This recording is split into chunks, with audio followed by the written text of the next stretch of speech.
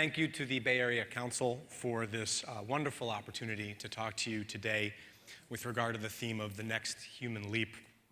If you're like me, when you hear the word leap, you think about these great movements forward with regard to technology or humanity.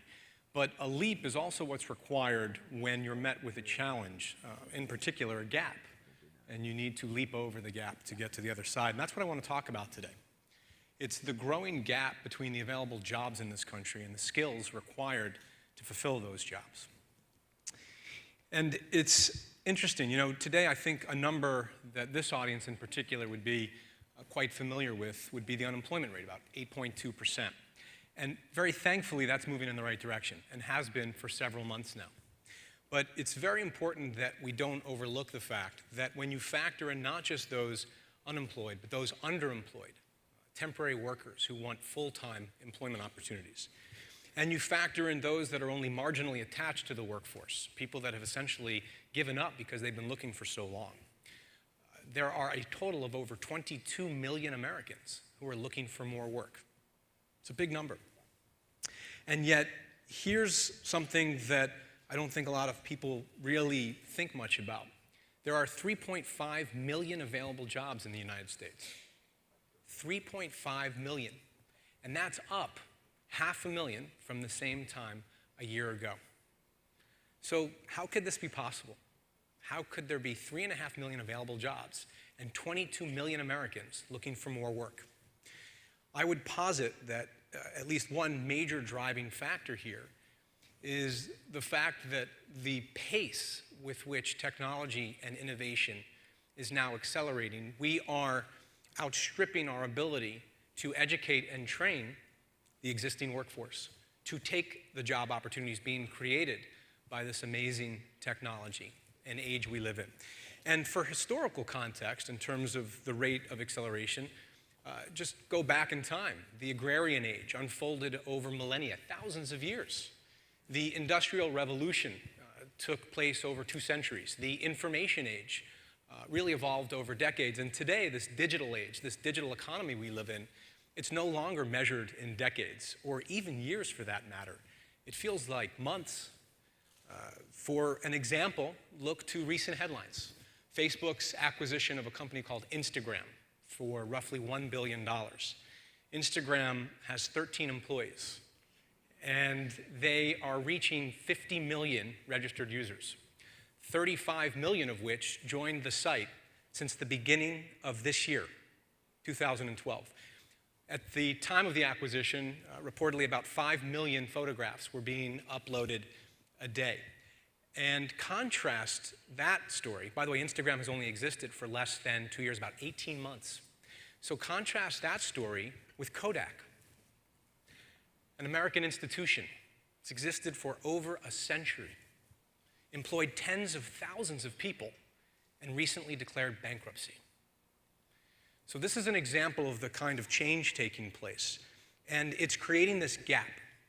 And I think we need to work very hard to close this gap to the best of our ability. And I think there are at least 3 dimensions we can focus on as a country to make that possible. Education, both in terms of primary school improvements, generational change, and immediate term improvements and investment in vocational training. That's 1. 2 would be freeing up supply for H-1B visas to make it easier for skilled people born outside of the United States to work inside of the United States. And 3, increased investment in digital technologies and digital infrastructure. So let's start with education. I think by now many of us fully appreciate the degree to which the US education system is at times completely antiquated. Take, for example, summer vacation, which actually was a construct that was required so kids could go harvest the fields of their farms. The fact that students still sit in rows is largely a byproduct of assembly lines and rote learning, a byproduct of division of labor. We have evolved. We live in a far more global, networked, and digital world. And the skills required to create value in this world, things like creative problem solving, critical reasoning, and perhaps most importantly, collaboration and team building, we don't have the curricula, we don't have the materials today that are shaping this next generation of the workforce properly to take full advantage of the opportunities that will be created. I also think we're in a position where we can start to better leverage new technologies. Take, for example, Khan Academy. So Khan Academy is available on the web today, over 3,000 videos ranging in length, usually about 10 to 12 minutes. And there are subject matters there covering everything from arithmetic to physics. And these are interactive videos where students can really learn at their own pace, and it's built on top of what's called an adaptive learning platform, so that a student can be tested, and only when they reach full knowledge of what it is that they're studying can they move on to the next level. But again, they're going at their own pace, which is critical. And this kind of technology, when introduced into the classroom, frees up teachers from grading papers to spending time where it's needed most, with the kids. When I had the opportunity to sit down with Sal Khan, the brilliant founder of the Khan Academy, and I said, this is unbelievable technology. This could really change things. How quickly can you scale this up? He said, we're ready to go right now. And a school district in our own backyard here, Los Altos, is already starting to implement the technology. On the subject of teachers, we need to invest in the next generation of teachers because they're the ones who are going to be training the next generation of our workforce. And yet, in California, according to the Department of Education in California, the 300,000 teachers who are teaching 6 million students here, in the next decade, over 30% of them are expected to retire. So we need to create the right incentives and start identifying the talent and recruiting the talent who will fulfill those teacher needs for the next generation of our students. Programs like Teach for America, which are capable of attracting the best and brightest. That's exactly who we want in the classroom. It's not just about longer-term thinking with regard to education. There is stuff we can be doing today, immediately, to make a difference. And I think in that regard, investment and greater investment in vocational training is critical. I think for too long, vocational training has taken a back seat to four-year universities and private schools, public schools, et cetera, which, by the way, are starting to do some amazing things, these schools. Harvard and MIT just announced a joint effort to put up their curricula online. And there's an additional consortium comprised of Stanford and Princeton, the University of Pennsylvania, Michigan, Berkeley. These folks are all starting to push the envelope in terms of what's possible with regard to digital. At the other end of the spectrum, you have investors trying to radically challenge the system, providing incentives for students to drop out of college to become entrepreneurs. But what if we were to take all of this energy, all of this creativity, and invest it in vocational training so that we're capable of breaking through and scaling the way in which we can educate the current workforce that wants so desperately to work but doesn't have the skills to make it possible. And beyond vocational training, there's the internship. At LinkedIn this summer, we're going to invite about 200 students to intern at LinkedIn. It's a huge win-win. They pick up skills and experience and exposure they otherwise wouldn't have had, and we start to identify the next generation of our talent. Enormously successful program.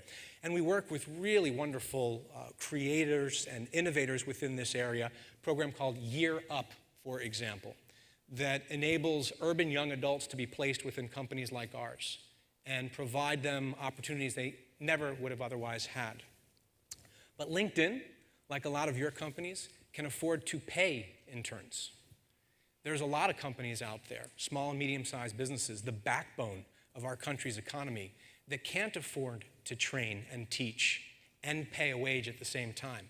And yet, we have all of these people, and you probably know some of these folks anecdotally in your own lives, who would be more than happy to work for free, to learn a trade, to be able to get a job. So let's challenge assumptions, and let's start to create the right kinds of subsidies, the right kinds of incentives, so we can make the match between people who so desperately want to work and need to pick up those additional skills. With regard to the H-1B, I understand the sensitivity in our country. I understand that we want to put Americans to work, but when we have 3.5 million available jobs, and we don't necessarily have people in our own workforce who are capable of taking on these jobs, and we've got extremely talented people who are born outside of this country who can fill those roles, and redistribute the income they're going to earn in their local economy right here in the United States and pay taxes. Why would we allow that opportunity cost to happen? It doesn't make sense. And there's data supporting the importance of allowing people born outside of this country to work inside this country, because it's not just about income redistribution. It's about creating opportunities. There's a partnership of bipartisan mayors and business leaders that last summer issued a report that found that 40% of the Fortune 500 was founded by immigrants or the children of immigrants. 40%. These are the people that are the creators, the innovators, the inventors, and they create jobs for others. So let's make it easier for them to be able to do so. Lastly, I want to talk a little bit about investment in digital infrastructure. I think many of you in the audience today fully recognize and appreciate the position of the United States. When you look at us in terms of our ranking on a global basis across a whole host of infrastructural measures, whether it's transport or technology, we're all aware that we're falling behind. But rather than continue to lament that fact, let's invest our time and energy in setting some big, bold goals and objectives. And in partnership, public sector and private sector, let's measure our ability to generate results against those objectives. I have to give the FCC chairman, Julius Janikowski, tremendous credit here, because he's done just that with the National Broadband Plan. He's articulated 6 measurable, actionable goals for us to achieve by the year 2020. Goals such as providing affordable broadband connectivity to over 100 million households, or for the United States to be #1 competitively with regard to mobile infrastructure availability and performance. These are exactly the right kinds of objectives for us. But he can't do it alone, the FCC can't do it alone, our government can't do it alone. We need to come together as a country and prioritize these kinds of initiatives and move the needle measurably, the way we run our own businesses. Not only will we improve the infrastructure that provides better access to the information and knowledge our workforce needs, we're going to create jobs for the people building out that infrastructure. And with regard to existing infrastructure, there's social platforms. You know, increasingly, social platforms are capable of doing some things that have never been done before because of the convergence of 2 dynamics. First is the availability and the existence of this massively scaling infrastructure that enables social platforms at scale to connect hundreds of millions, if not billions of people in milliseconds. And perhaps even more importantly are the behavioral changes taking place as a result of this infrastructure. The way we now go online to represent our identities, connect with friends, family, and colleagues, or share information, knowledge, ideas, and opinions. It is fundamentally transforming the world, the way we live, the way we play, and the way we work. By now, I think most of us are familiar with the concept of a social graph, connecting people the world over on a personal basis, friends and families. At LinkedIn, we've invested in creating a professional graph, which enables professionals to connect up to 3 degrees. But part of our vision is to build out an economic graph. So imagine, if you will, that every economic opportunity, every job would be digitally represented. And the skills required to obtain those jobs would be online as well, as would the companies offering those jobs, and how you know people at those companies up to 3 degrees so you can get your foot in the door. And imagine a world where not just every American worker, but every member of the global workforce, 3.3 billion people, would have a professional identity digitally representing them. Now imagine connecting the dots for that economic graph, removing the friction and what's possible. So we talked earlier about the importance of vocational training. Imagine a world where we could identify within any given geography where the jobs were going to be, what skills would be required, how many people in the available workforce had those skills, the size of the gap. And imagine taking that data and going to the vocational training centers and the junior colleges in that locality to provide them a just-in-time curricula. Or imagine graduating college for every student coming out of a school to be able to see where every person who preceded them ended up. Functional area, geography, company. And for those students to be able to connect with those people up to 3 degrees, to forge mentor-protege relationships, get their foot in the door, and figure out what's best for them. This isn't just science fiction. This is increasingly our reality.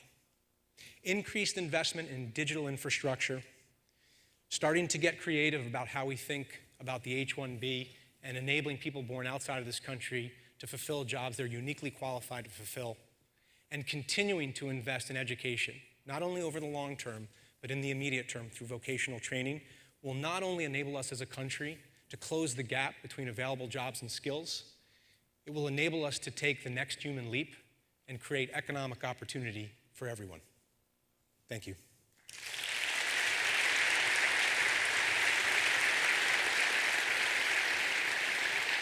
Jeff, there's a security man back there. He'd like to see your H-1B.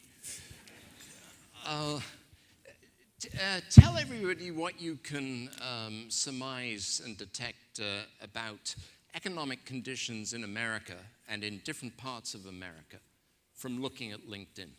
Yeah, we actually recently just did that, and we found some interesting trends and some things that I think are readily understood. Not surprisingly, when we looked at industries and the growth of industries, we saw all things digital popping at the top. In particular, digital publishing, venture capital, for example, which has a very vested interest in that. And what was also interesting was the converse. So if digital publishing was at the top, newspapers were near the bottom. And for all the digital activity taking place where the growth is, it was the bricks and mortar stuff, the retail, restaurants, automobile, housing, that showed up near the bottom. I thought one of the most interesting insights, though, was the fact that think tanks and environment and philanthropy showed up as growth industries, which kind of gives you hope that people are starting to think about how to tackle the tough problems. Newspapers, it reminds me of Jimmy Kimmel's line, what's black, white, and red all over? Nothing anymore.